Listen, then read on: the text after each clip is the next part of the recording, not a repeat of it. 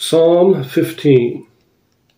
David asks, "Who shall dwell in the Lord's holy hill?"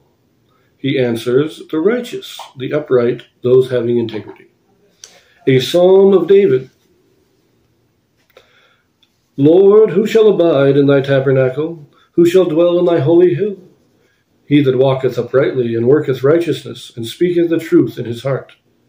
He that backbiteth not with his tongue, nor doeth evil to his neighbor, nor taketh up a reproach against his neighbor, in whose eyes a vile person is contemned. But he honoureth them that fear the Lord, he that sweareth to his own hurt, and changeth not. He that putteth not out his money to usury, nor taketh reward against the innocent. He that doeth these things shall never be moved.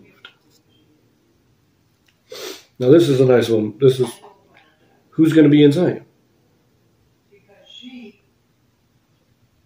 This is describing a Zion-like people, those who are not out to get their neighbors.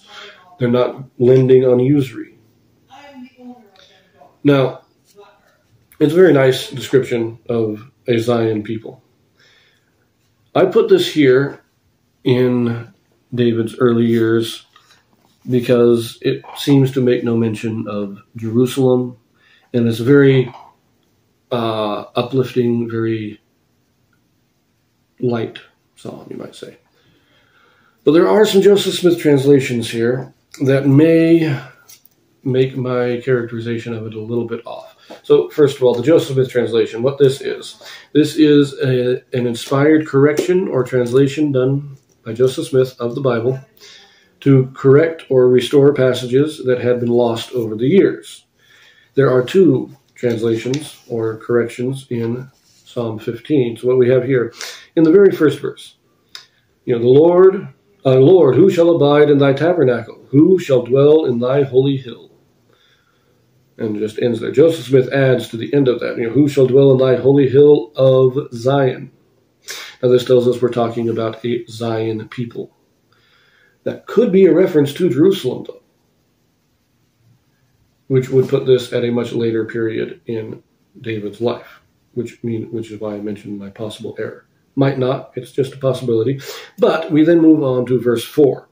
And it says here, King James Version, "In whose eyes a vile person is contemned, but he honoureth them that fear the Lord. He that sweareth to his own hurt, and changeth not." That doesn't really make a lot of sense, now does it? So, Joseph Smith correction. "In whose eyes a vile person is contemned, but he honoureth them that fear the Lord." So far the same, but then we get this.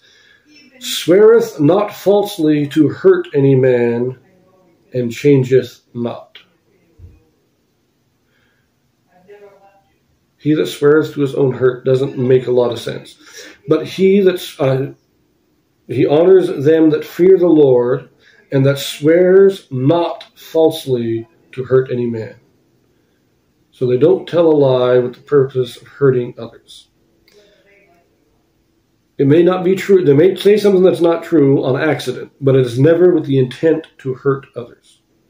I find that an interesting change. And it makes the passage make so much more sense.